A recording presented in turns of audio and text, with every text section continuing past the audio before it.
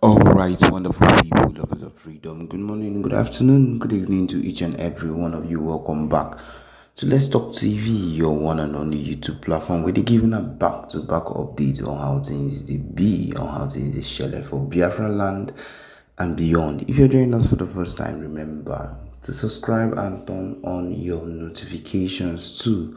Yes, remember also to like and share this news so as that other people can get this news so too.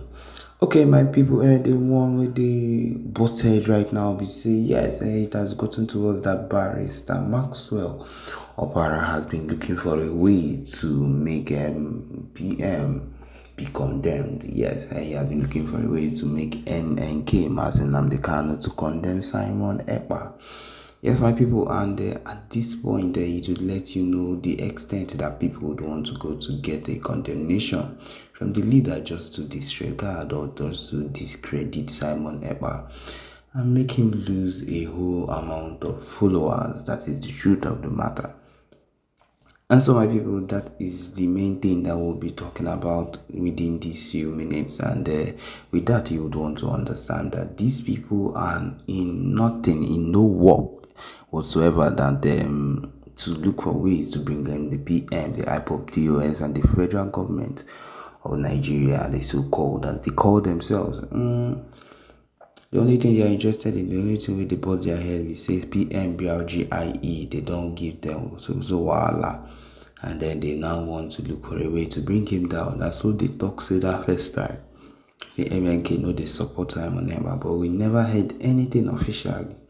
Now, what is getting to us is that this same set of people are looking for a way to make sure that the MNK would condemn Simon Ekpa, and then it will be made known to the public.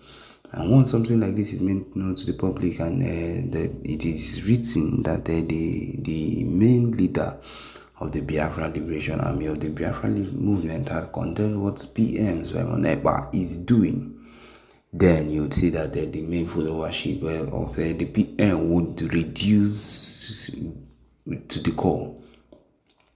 But then, my people, it so happens that the Maxwell Namdekan is not doing any of that, as he is not condemning what the PM is doing at all, and so he's in support of it, and he's giving his full permission to it.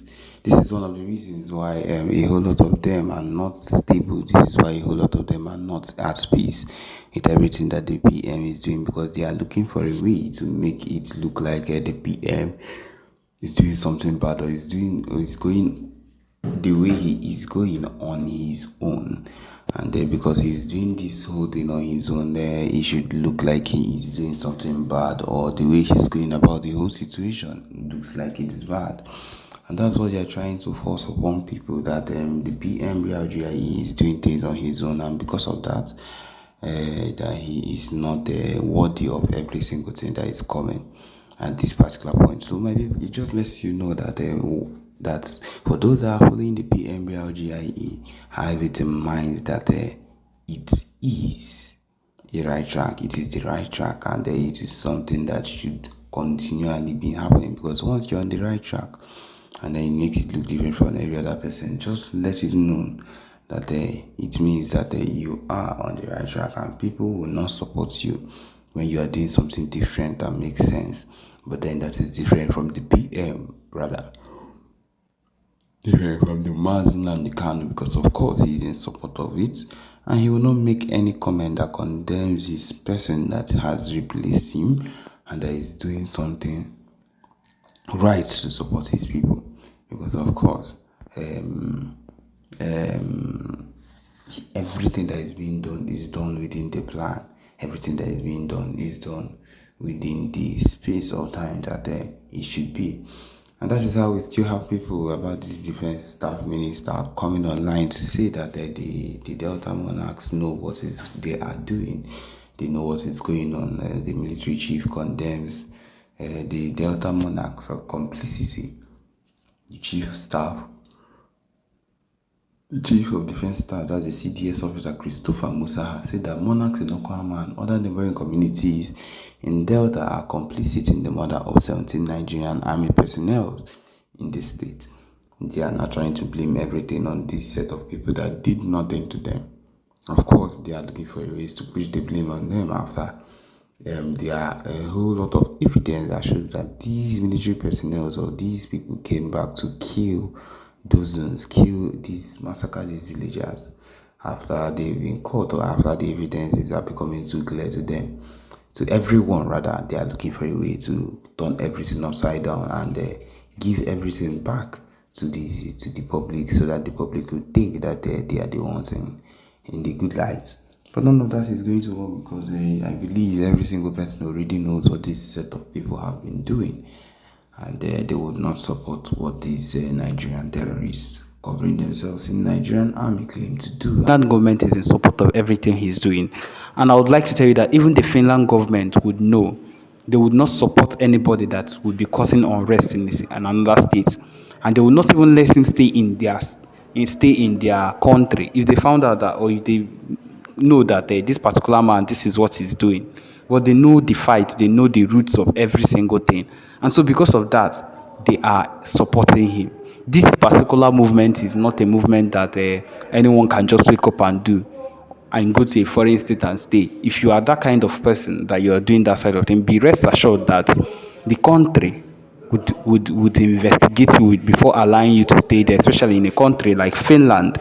If a Finland country would investigate you to be sure that nothing of such is going on, or you're not causing any of such, that whatever you're doing is actually up to your right and is what you can rightfully do, which I am sure that they have done properly on him, and they have verified that this particular person is doing nothing, just like the Mazinam the Kano was doing absolutely nothing wrong but fighting for the movement. But of course, this particular thing is what they would use to sway people in Nigeria. They would use to sway Igbo people in Nigeria, make them think that he's the worst enemy of all, and say so many rubbish against him.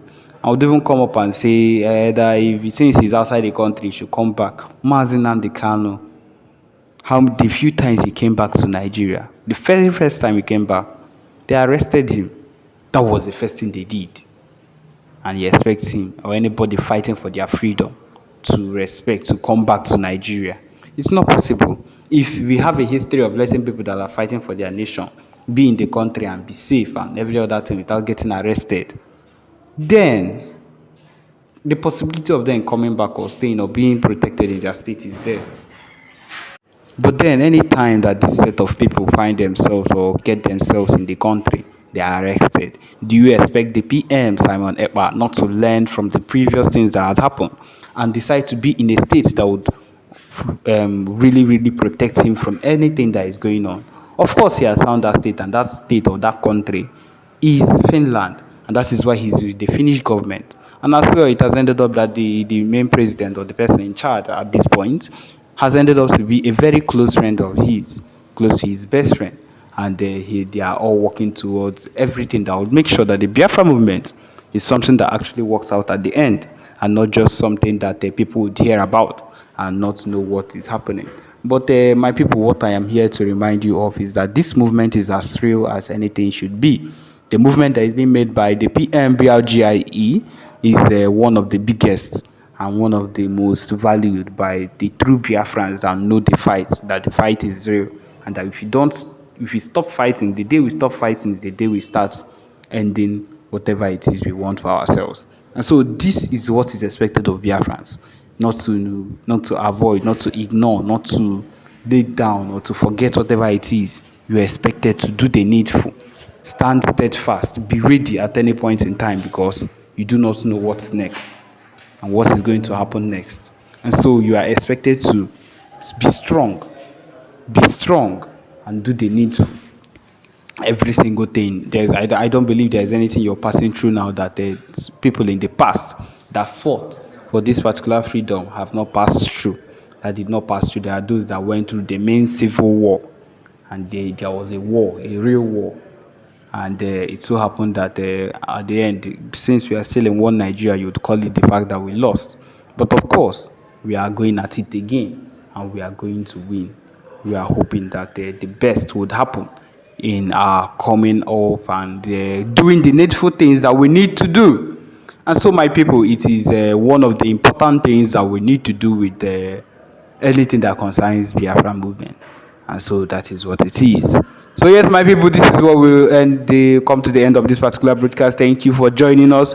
Remember to subscribe and turn on your notifications too. Thank you.